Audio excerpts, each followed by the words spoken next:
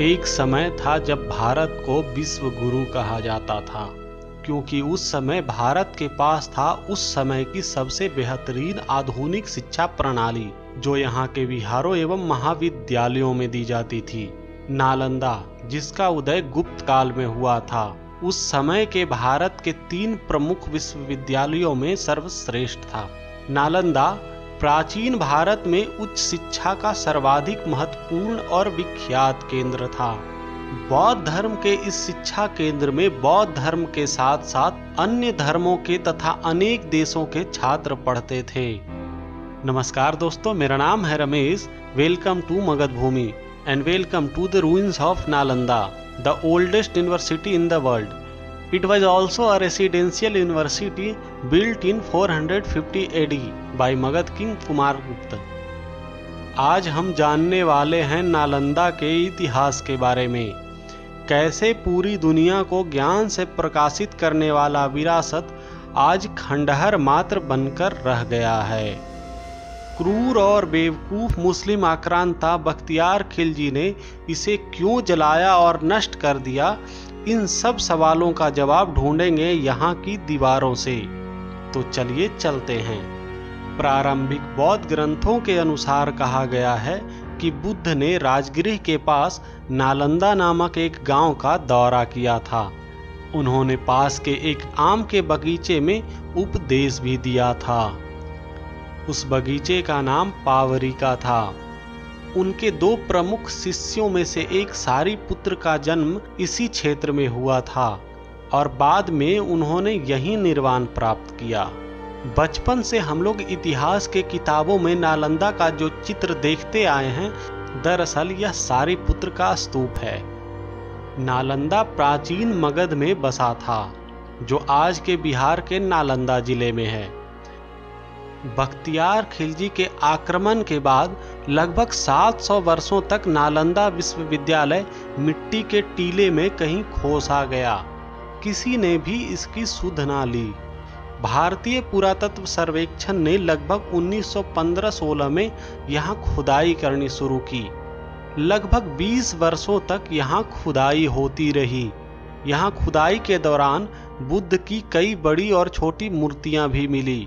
मूर्तियों के अलावा यहाँ नालंदा विश्वविद्यालय का मुहर, चक्र और मिट्टी के कई बर्तन भी मिले हैं। वर्ष 2016 में नालंदा को यूनेस्को द्वारा वर्ल्ड हेरिटेज साइट में शामिल कर लिया गया है। संस्कृत में नालंदा का अर्थ होता है ज्ञान देने वाला। नालंदा 2 शब्दों के योग से बना है, नालम और दा। नालम यानी कि कमल, जो ज्ञान का प्रतीक है, और दा यानी देना। नालंदा विश्वविद्यालय का स्थापना 450 ईस्वी में मगध के गुप्त शासक कुमारगुप्त द्वारा करवाया गया था।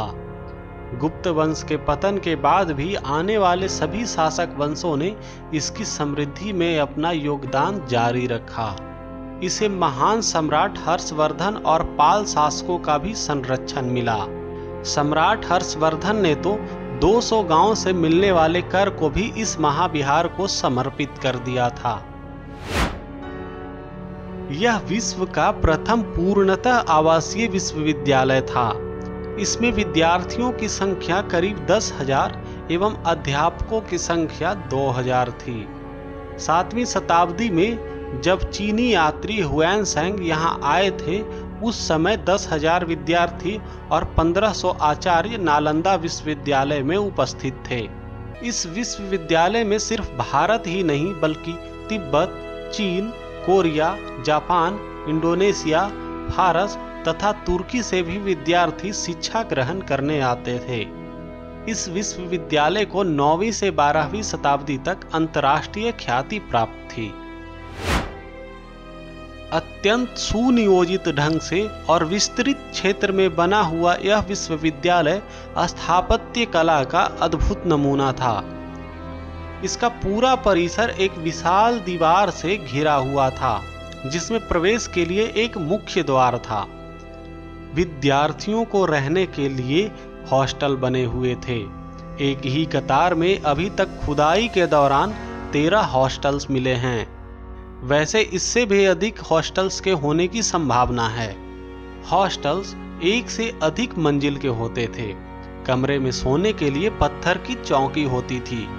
दीपक, पुस्तक इत्यादि रखने के लिए आले बने हुए थे।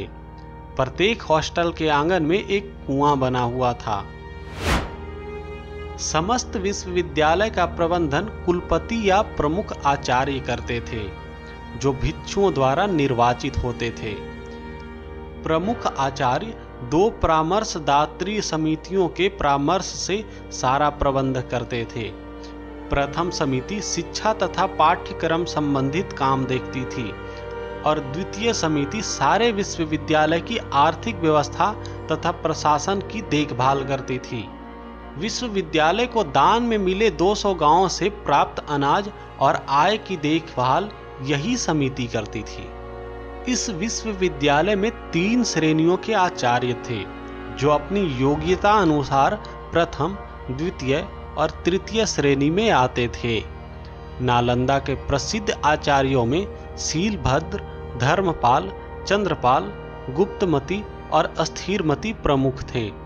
7वीं शताब्दी में हुएनसांग के समय इस विश्वविद्यालय के प्रमुख शीलभद्र थे, जो एक महान आचार्य, शिक्षक और विद्वान थे। इस विश्वविद्यालय की प्रवेश परीक्षा अत्यंत कठिन होती थी और इसके कारण प्रतिभाशाली विद्यार्थी ही प्रवेश पा सकते थे। इन्हें 3 कठिन परीक्षा स्तरों को उत्तीर्ण करना होता था। शुद्ध आचरण और संघ के नियमों का पालन करना अत्यंत आवश्यक था। इस विश्वविद्यालय में आचार्य छात्रों को मौखिक व्याख्यान द्वारा शिक्षा देते थे। इसके अतिरिक्त पुस्तकों की व्याख्या भी होती थी। शास्त्रार्थ होता रहता था। दिन के हर पहर में अध्ययन तथा शंका समाधान चलता रहता था। यहाँ महायान के प्रवर्तक नागार्जुन, वसुबंधु, असंग तथा धर्मकीर्ति की रचनाओं का विस्तार अध्ययन होता था। वेद, वेदांत और सांख्य भी पढ़ाए जाते थे। व्याकरण, दर्शन, शिल्प विद्या, ज्योतिषी, योग शास्त्र तथा चिकित्सा शास्त्र भी पाठ्यक्रम के अंतर्गत थे। नालंदा की खुदाई में मिली अनेक कांसे की मूर्तियों के आधार पर कुछ विद्वानों का मत है कि कदाचित धातु की मूर्तियां बनाने के विज्ञान का भी अध्ययन होता था। यहाँ खगोल शास्त्र अध्ययन के लिए एक विशेष विभाग था। महान गणितज्ञ एवं खगोल शास्त्री आर्यभट्ट ने यहीं अपना शिक्षा ग्रहण किया था और मात्र 23 वर्ष की आयु में उन्होंने आर्यभट्टीय नामक ग्रंथ को लिखा था। नालंदा में सहस्त्रों विद्यार्थियों और आचार्यों के अध्ययन के लिए 9 तल का एक विराट पुस्तकालय था, जिसमें 3 लाख से भी अधिक पुस्तकों का अनुपम संग्रह था और इसका नाम था धर्मगुंज, यानी कि सच्चाई का पर्वत। इस पुस्तकालय में सभी विषयों से संबंधित पुस्तकें थी। यह पुस्तकालय रत्नरंजक, रत्नोदधि, रत्नसागर नामक 3 विशाल भवनों में स्थित था। इस पुस्तकालय में अनेक नायाब और दुर्लभ हस्तलिखित पांडुलिपियां संग्रहित थी। यहाँ छात्रों के रहने के लिए 300 से भी अधिक कक्ष बने थे। एक कमरे में अकेले या एक से अधिक छात्रों के रहने की व्यवस्था थी। कमरे छात्रों के प्रत्येक वर्ष उनकी अग्रिमता के आधार पर दिए जाते थे। उसका प्रबंधन स्वयं छात्रों द्वारा छात्र संघ के माध्यम से किया जाता था। छात्रों को किसी प्रकार की आर्थिक चिंता न थी। उनके लिए भोजन, वस्त्र, औषधि और उपचार सभी निःशुल्क थे। यहाँ इस परिसर में अनेक मंदिर थे। ज्यादातर मंदिर बुद्ध के थे। उनकी विशाल मूर्तियां इन मंदिर में स्थापित की गई थी। जो खुदाई के दौरान मिली उन मूर्तियों के पास के ही नालंदा म्यूजियम में रखा गया है। मंदिर को सतह से थोड़ी ऊंचाई पर बनाया गया था। मंदिर के भीतर जहां मूर्ति स्थापित थी उस जगह को विशेष कारीगरी करके सजाया गया था, जो आज भी देखा जा सकता है। यहाँ मंदिरों के अलावा भिक्षुओं के ध्यान लगाने के लिए जगह जगह पर कई आसन के लिए टीले बनवाए गए थे, जिन पे बैठकर शिष्य एवं आचार्य ध्यान साधना करते थे। नालंदा ने 5वीं और 6वीं शताब्दी ईस्वी के दौरान कला और अध्ययन के संरक्षण को बढ़ावा देने में महत्वपूर्ण भूमिका निभाई। इस अवधि को विद्वानों द्वारा भारत का स्वर्ण युग के रूप में वर्णित किया गया है। लगभग 750 वर्षों तक नालंदा ने ज्ञान का प्रकाश फैलाया। पूरी दुनिया में विख्यात नालंदा का अंत काफी भयानक और अविश्वसनीय था। नालंदा ने जिसको जीवन दान दिया, उसी ने नालंदा को विध्वंस किया। आइए जानते हैं कैसे। कहा जाता है कि एक बार बख्तियार खिलजी बुरी तरह से बीमार पड़ा। उसने अपने हकीमों से काफी इलाज करवाया, लेकिन कोई असर नहीं हुआ। तब किसी ने उसे नालंदा विश्वविद्यालय की आयुर्वेदिक शाखा के प्रमुख राहुल श्रीभद्र जी से इलाज करवाने की सलाह दी, लेकिन खिलजी किसी गैर मुसलमान चिकित्सक से इलाज के लिए तैयार नहीं था। लेकिन कई हकीमों से सलाह करने के बाद आखिरकार खिलजी ने इलाज के लिए राहुल श्रीभद्र जी को बुलवाया। खिलजी ने उनके सामने शर्त रखी कि वो कोई भी आयुर्वेदिक औषधि का इस्तेमाल नहीं करेगा, और अगर वह ठीक नहीं हुआ तो उसे दंड झेलना होगा। राहुल श्रीभद्र जी ने कुछ देर सोचने के बाद खिलजी की शर्त मान ली। कुछ दिनों के बाद वो खिलजी के पास एक कुरान लेकर पहुंचे और उससे कहा कि इसके पन्ने रोज पढ़िए, ठीक हो जाएंगे। दरअसल राहुल श्रीभद्र जी ने कुरान के पन्नों पर दवा का लेप लगा दिया था। खिलजी थूक के साथ पन्नों को पलटता गया और इस तरह धीरे धीरे ठीक हो गया। पूरी तरह से ठीक हो जाने के बाद खिलजी को राहुल श्रीभद्र जी का एहसान मानने के बजाय उनसे जलन होने लगी, क्योंकि उसके सामने उसी के हकीम उसे ठीक करने में नाकाम हो गए और एक भारतीय वैद्य ने उसे ठीक कर दिया। जलन के मारे खिलजी ने नालंदा विश्वविद्यालय के साथ जो किया, उसके लिए इतिहास ने उसे कभी माफ नहीं किया। खिलजी ने आदेश दिया कि पूरे नालंदा को नष्ट कर दिया जाए। इसमें रखे ज्ञान स्रोतों यानी पुस्तकालय को आग लगा दिया जाए। फारसी इतिहासकार मिनहाजे सिराज ने अपने किताब तबाकत नासरी में लिखा है कि वर्ष 1193 ईस्वी में बख्तियार खिलजी के तहत मुस्लिम आक्रमणकारियों द्वारा नालंदा को लूट लिया गया और नष्ट कर दिया गया। मंदिरों, विहारों एवं मठों को तोड़ दिया गया। ज्ञान का सागर कहे जाने वाला पुस्तकालय में आग लगा दिया गया। सिराज ने यह भी लिखा है कि हजारों भिक्षुओं को जिंदा जला दिया गया और हजारों का सर कलम कर दिया गया, क्योंकि खिलजी ने हिंदू तथा बौद्ध धर्म को उखाड़ फेंकने और इस्लाम को स्थापित करने की कोशिश की।